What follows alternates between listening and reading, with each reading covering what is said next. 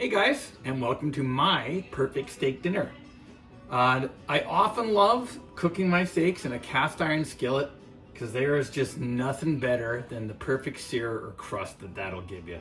And that's what a lot of people look for on the perfect steak. And then also the cut of steak. User's choice, user's preference, right?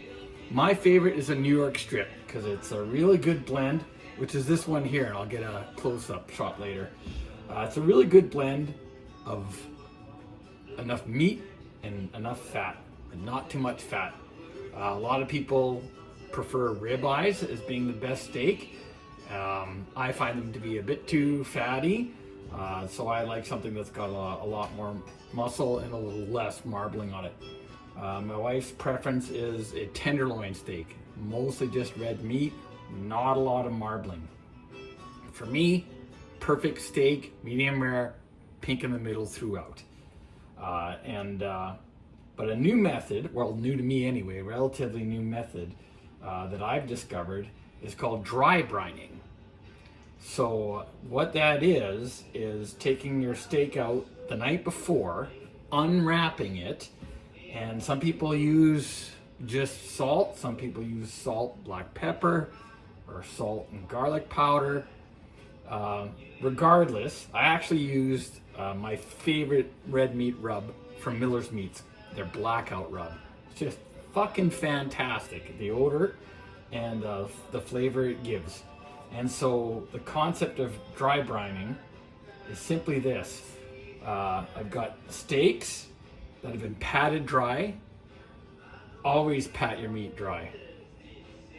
And then put the seasoning on each side. And red meat can handle a lot. You'll learn in time about how much you put on, especially when it comes to a rub, because it'll have some other spices and stuff in it. But a good thick cut of red meat can handle a fair bit of salt and pepper. And I like my pepper coarse ground when I'm putting it on. But for people who don't like too much, then get a finer grind of pepper. So here's dry brining. And I'm going to explain it, and then I'm going to get a couple of close-up shots afterwards. So again, the night before, unwrap, patted dry, whatever seasoning that you want on there, and then putting it on a rack, and I put that above a small sheet pan, and I also go to the extra trouble, not necessary, of putting a paper towel underneath and in case you get some blood dripping, and to catch any extra seasoning. Because as I'm shaking my rub on, I put this underneath, catches it, and then when I go to put it on either the pan or on the barbecue, I can then take what's fallen and put it on top. So it sits above, it sits in the fridge overnight, so the air circulates around both sides of the meat. Notice the arm bicycle movement. That would represent the air in the fridge circling around both sides of your meat. But it's raised, and so that makes sort of, well, it dries out the surface really, really nice. And then the middle of the meat is going to stay nice and juicy. That's how you want your meat when you eat it. And so that's it, essentially. And then I always like to take mine out. And you can see nicely that, well, again, I'll get close-up photos, but you can see nicely that it's almost like a crust, but it's not. It's just a thick skin that holds all the moisture inside and dry on the surface, which helps you get good grill marks or a good crust. So yeah, it's just a thing of beauty. I always take mine out minimum of 2 hours to get to room temperature.